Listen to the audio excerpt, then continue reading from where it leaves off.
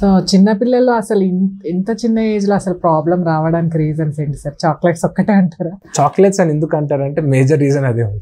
అదే వాళ్ళకి అవే ఇస్తూ ఉంటారు అందరూ. మనం చూసినా కూడా చిన్న పిల్లలకి ఫస్ట్ కొనిచ్చేదే చాక్లెట్స్.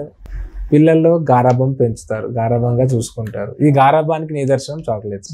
అవును సార్. వాళ్ళని ఏమైనా చేయాలి అంటే ఏమైనా చెప్పుకోవాలి, వాళ్ళకి ఏమైనా ఒక టాస్క్ చేయాలి, లేదా వాళ్ళు ఏడుస్తున్నప్పుడు ఆపాలి అన్న అన్నిటికీ ఆన్సర్ చాక్లెట్. అవును. చాక్లెట్ కాదంటే స్వీట్స్ ఏదో ఒకటి. సో ఇది హై షుగరీ సబ్స్టెన్స్ తీసుకున్నప్పుడు ఏమవుతుందంటే పళ్ళు తొందరగా పాడవుతాయి. ఎందుకనంటే షుగర్ రెడీగా అవైలబుల్ ఉంది కనుక ఆ అవైలబుల్ ఉన్న షుగర్ని ఇవి బ్యాక్టీరియా వాడుకొని ఎనర్జీగా క్రియేట్ చేసుకొని మల్టిప్లై అయిపోయి ఎక్కువ బ్యాక్టీరియా ఫామ్ అయిపోయి ఆ పన్నుని డ్యామేజ్ చేస్తాయి. సో అందుకనే చాక్లెట్స్ గురించి ఎక్కువ మెన్షన్ చేస్తూ ఉంటారు. ఇంకోటి ఫ్రీక్వెన్సీ.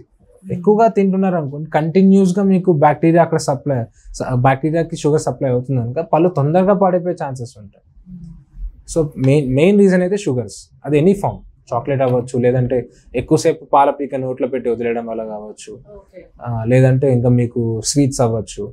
ఇలాంటివి ఏవి కూడా షుగరీ సబ్స్టెన్స్ ఏవైతే ఉన్నాయో ఎక్కువసేపు కాంటాక్ట్లో ఉండకూడదు. పళ్ళు కాంటాక్ట్లో ఉంటే పళ్ళు పాడైపోతాయి. ఇంకోటి చిన్నపిల్లల్లో బ్రష్ చేయించడం కానీ, నేను చాలా మందిని చూస్తాను, వాళ్ళ బిజీ లైఫ్ స్టైల్ వల్ల పిల్లలకి చిన్న స్టెప్స్ వీళ్ళు పట్టించుకోరు. మనకి ఏంటంటే చిన్నపిల్లలకి ఫింగర్ బ్రష్ అని దొరుకుతుంది.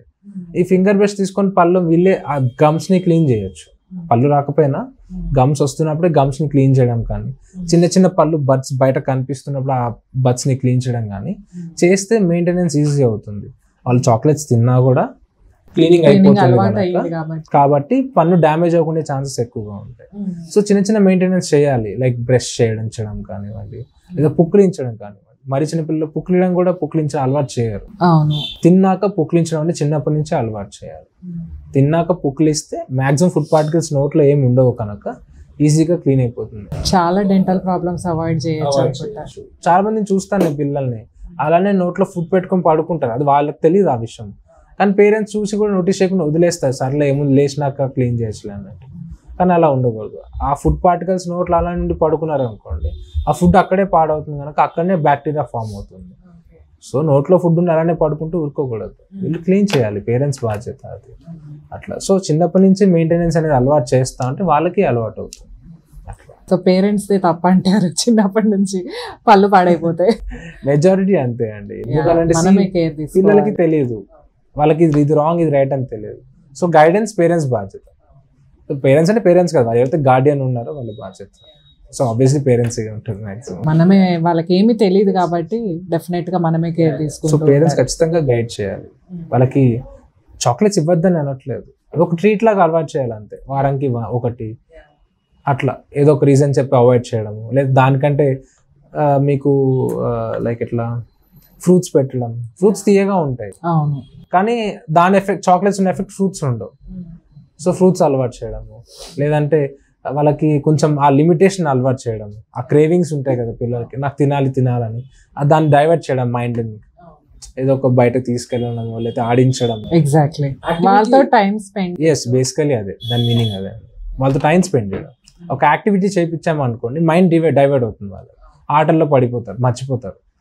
మనం చిల్లల్లో చాలా మందికి అదే చేస్తారు, డివైడ్ చేస్తే వాళ్ళని మేనేజ్ చేస్తారు.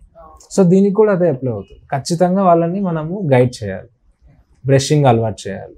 చిన్న నుంచి బ్రషింగ్ అలవాటు అయితేనే స్కూలింగ్లో బ్రషింగ్ చేస్తారు. అలవాటు కాలేదని స్కూల్లో బ్రషింగ్ చేయరు. స్కూలింగ్లో బ్రషింగ్ చేయకపోతే వాళ్ళు ఒక సైడ్ వేసేసరికి పళ్ళ మధ్యలో గార ఫామ్ అవడం, అవి ఫామ్ అవడం, ఇన్ఫెక్షన్స్ ఇవ్వడం అన్నీ స్టార్ట్ అయిపోతాయి. నెక్స్ట్ వాళ్ళు సఫర్ అవ్వడం చూసే కన్నా ఇప్పుడు తినకపోతే వాళ్ళు అలిగినా పర్వాలేదు, కానీ ఒకసారి పళ్ళు పాడైపోతే వాళ్ళు చాలా సఫర్ అవ్వాల్సి వస్తుంది. ఈ ట్రీట్మెంట్ అన్నా కూడా కొంచెం అంత చిన్న పిల్లలకి ఇంత ట్రీట్మెంట్ తీసుకెళ్ళి ఈ పెయిన్ఫుల్ కన్నా చాక్లెట్ ఇవ్వకపోతే వాళ్ళు అలగితే ఆ పెయిన్ బెటర్. పేరెంట్స్ అట్లా ఆలోచించుకోవాలి. అవును, అలానే ఇది కూడా ఉంటుందండి. లైక్ నేను చూస్తాను పేరెంట్స్ లైక్ ఎట్లా అంటే చిన్న పుచ్చు అయింది అనుకోండి, తీసుకురారు పిల్లల్ని. వీళ్ళకి ఏం చేస్తాంలే, వీళ్ళు ఏం చూస్తారులే, వీళ్ళే డిసైడ్ అయిపోతారు. సో క్లినిక్ కి రాగానే ట్రీట్మెంట్ చేసేస్తామని ఎవరు అనట్లేదు కదా. క్లినిక్ కి వస్తే ఫస్ట్ చెక్ చేస్తాం, నెసెసిటీ బట్టి ట్రీట్మెంట్ అవసరం అంటే చేస్తాం, అవసరం లేదు అంటే దానికి గైడెన్స్ ఇస్తాం. సో తీసుకురావాలి, తీసుకొస్తే వాళ్ళతో మాట్లాడి వాళ్ళకి ఏముందో ప్రాబ్లం చూసుకుని దాన్ని బట్టి నేను గైడ్ చేస్తాను. సో ఫస్ట్ మెయింటెనెన్స్ ఉండాలి బేసిక్ లెవెల్లో. తర్వాత ఏమైనా ప్రాబ్లం ఉంటే చెకప్కి రావాలి. చెకప్కి వస్తేనే తెలుస్తుంది. That's true. అండ్ చిన్నపిల్లలే కాకుండా సర్టెన్ ఏజ్ తర్వాత లైక్ 60+, ఇప్పుడు 60 వరకు అంటే కొంచెం పర్వాలేదు, జాబ్స్ అదంతా అందులో ఉంటారు. 60 తర్వాత కూడా కొంతమందికి పళ్ళు పాడైపోతుంది. అంటే మరి ఎల్డర్లీ పేషెంట్స్ గురించి అంటున్నాను సార్. సో వాళ్ళకు కూడా రూట్ కెనాల్స్ వాళ్ళు తట్టుకోగలరా? అండ్ మోర్ ఓవర్ కొంతమందికి ఇంకా ఆ ఏజ్కి ఇప్పుడు 60 తర్వాత ఆల్మోస్ట్ అందరికీ ఏదో ఒక బీపీ కానీ షుగర్ కానీ డయాబెటీస్ అయితే మనం చూస్తున్నట్టుగా ప్రతి ఇంట్లో ఒకరు ఉంటున్నారు. బీపీ కూడా కామన్ అయిపోయింది. సో ఇలాంటివి ఖచ్చితంగా ఉంటాయి ఒక సర్టెన్ ఏజ్ దాటిన తర్వాత. సో వీళ్ళకి రూట్ కెనాల్స్ మరి ఎట్లా చేస్తాం? సో చూడండి, ఎల్డర్లీ రూట్ కెనాల్స్ వల్ల కామన్గా జరుగుతూ ఉంటాయి. ఎందుకంటే ఆ ఏజ్కి వచ్చేసరికి ఫస్ట్ థింగ్ వచ్చి మెయింటెనెన్స్ వదిలేస్తారు. నేను చాలా మందిని చూస్తాను, 50 క్రాస్ అయిందంటే ఇంకా మాదేముందిలే అన్న ఫీలింగ్లో ఉండి సరిగా మెయింటెనెన్స్ చేయరు, బ్రష్ చేయరు, క్లీన్ చేసుకోరు. సో అలాంటివి వాళ్ళు వదిలేయడం వల్ల బిల్డప్ పళ్ళు పాడైపోతూ ఉంటుంది. అదైతే గార ఉందో లేదైతే పుచ్చు ఫామ్ అవుతుందో అది ఎక్కువడం వల్ల అది కలనే క్యారీ అయ్యి పళ్ళు పాడడం వల్ల రూట్ కెనాల్స్ చేయాల్సి వస్తుంది. సో ఫస్ట్ థింగ్ వచ్చి ఏంటంటే రూట్ కెనాల్స్ చేస్తాం, ఎల్డర్లీలో కూడా చేస్తాం. లైక్ 60 to 70 దాకా చేయొచ్చు. ఆ మనిషి యాక్టివ్గా ఉంటే 75 దాకా కూడా చేయొచ్చు. సో మేము 70కి కూడా ట్రీట్మెంట్ చేసిన పేషెంట్స్ ఉన్నారు. So energy depending on energy బట్టి ఉంటుంది. పేషెంట్ చేయించుకోగలరు, వాళ్ళ స్ట్రెంగ్త్ ఉంది, ఓపిక ఉంది అంటే చేయొచ్చు. ఓపిక లేదు అని అంటే ఇంకా మేము కూడా అంత ఫోర్స్ చేయము. కానీ ఇన్ఫెక్షన్స్ ఉంటే చేయించుకుంటేనే మంచిది. ఎందుకనంటే పంటి సమస్యల వల్ల జనరల్ హెల్త్ డ్యామేజ్ అయ్యే ఛాన్సెస్ బాగా ఉంటాయి. జనరల్ హెల్త్ మీద ఇంపాక్ట్ ఉంటుంది పంటి పుచ్చు వల్లది.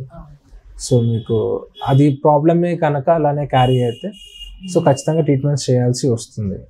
సో ఎల్డర్లీలో ట్రీట్మెంట్స్ చేస్తాము.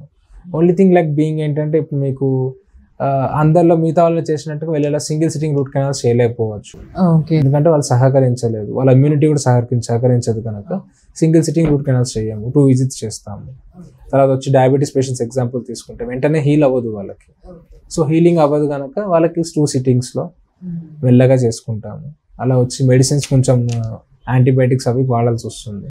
ఇన్ఫెక్షన్స్ అయ్యే ఛాన్సెస్ ఉంటాయి కనుక యాంటీబయాటిక్స్ ఖచ్చితంగా ఇస్తాం డయాబెటిక్ పేషెంట్స్లో. తర్వాత వచ్చి మనకు వచ్చిన ఆస్తమా పేషెంట్స్ ఎగ్జాంపుల్ తీసుకోండి. ఆస్తమా వాళ్ళు ఏంటంటే వెంటనే నోరు గ్యాగ్ అంటే మేము రూట్ కెనాల్ చేసే ప్రొసీజర్లో ఆయాసం వచ్చే అవకాశాలు ఉంటాయి కనుక వాళ్ళకి కొంచెం మధ్యలో 5 months ట్రీట్మెంట్ అయ్యాక 2 months గ్యాప్ ఇవ్వడం, మధ్యలో కొంచెం గ్యాప్స్ ఇస్తూ ఉంటాం. సో దట్ వాళ్ళకి కొంచెం రికవరీ మళ్ళీ చేయించుకుంటారు. లైక్ యాంగ్జైటీ ఉంటుంది కొంతమందికి, అంటే భయం ఉంటుంది యాంగ్జైటీ ఉన్న పేషెంట్స్.